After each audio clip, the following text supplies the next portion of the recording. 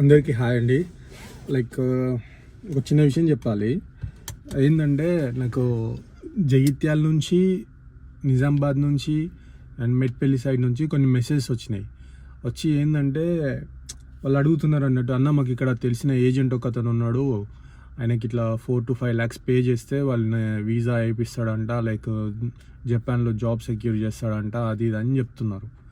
So but నేను చెప్పేది ఏంటంటే, అతనికి 4-5 లక్షలు కట్టిన తర్వాత మీరు ఇక్కడికి రావడం అన్నది ఇంపాసిబుల్. ఎందుకంటే ఇప్పుడు ప్రజెంట్ ఉన్న సిచ్యువేషన్లో 2025 కన్నా ముందైతే ఇవన్నీ జరిగేది. ఏజెంట్ పైసలు కడితే ఆయన ఏదో టూరిస్ట్ వీసా మీద పంపించిన తర్వాత మళ్ళీ ఇక్కడికి వచ్చిన తర్వాత మనం రెగ్యులర్గా వీసా ఎక్స్టెన్షన్ చేసుకుంటూ ఉండొచ్చుండే.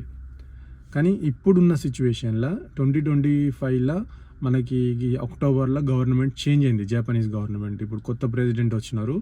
ఇంకా వాళ్ళు ఏంటంటే మొత్తం ఈ మన ఇమిగ్రేషన్ల రూల్స్ ఏవైతే ఉంటాయో అన్నీ మార్చి పడేసినారు.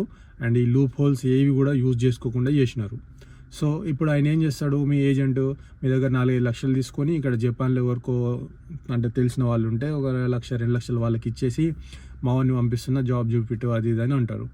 అంటే ఇంకా వాడేం చేస్తాడు, వాడిని కొన్ని డబ్బులు తీసుకొని ఓకే అని సెట్ చేసుకుంటారు. వచ్చిన తర్వాత ఇంకేదో అతనికి జాబ్ చూస్తుండే అయిపోతుండే, అట్లా నడుస్తుండే. కానీ ఇప్పుడు ఏంటంటే ఇప్పుడు అట్లాంటి సిచ్యువేషన్ లేదు. ఎందుకంటే నీకు వీసా ఎక్స్టెండ్ అవ్వదు. ఇప్పుడు నువ్వు టూరిస్ట్ వీసా మీద వచ్చిన తర్వాత ఇక్కడ నీకు వీసా ఎక్స్టెండ్ కావాలి కదా, ఎక్స్టెండ్ అయితేనే నువ్వు ఇక్కడ ఉండగలుగుతావు. సో బట్ ఇప్పుడు ఏంటంటే గవర్నమెంట్ నువ్వు ఇప్పుడు పోయి నేను ఇమిగ్రేషన్కి పోయి వీసా ఎక్స్టెండ్ చేసుకుంటా అంటే అవసరం లేదమ్మా వెళ్ళిపో అని చెప్తారు. ఇంకా వీసా ఇవ్వట్లేదు, లైక్ ఎక్స్టెండ్ కాదు ఇక. కానప్పుడు నువ్వు ఇక్కడ ఉండలేకపోతే ఏమైతే ఖచ్చితంగా ఇండియాకి వెళ్ళాల్సిందే. సో అందుకే ఇప్పుడు కొత్త రూల్స్ మారినాయి, చాలా మారినాయి.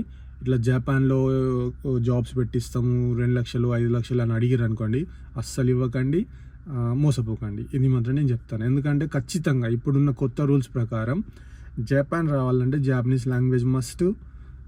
అండ్ ఈ ఇక్కడ జాపనీస్ JLPT ఉంటుంది, అది N2 N1 అడుగుతున్నారు. సో వర్క్ వీసా కావాలంటే N1 N2 ఉంటేనే రాగలరు. ఇంకా అంతకు మించి మేము పైసలు గట్టి వస్తామంటే మాత్రం అట్టిగా లాస్ అవుతారు.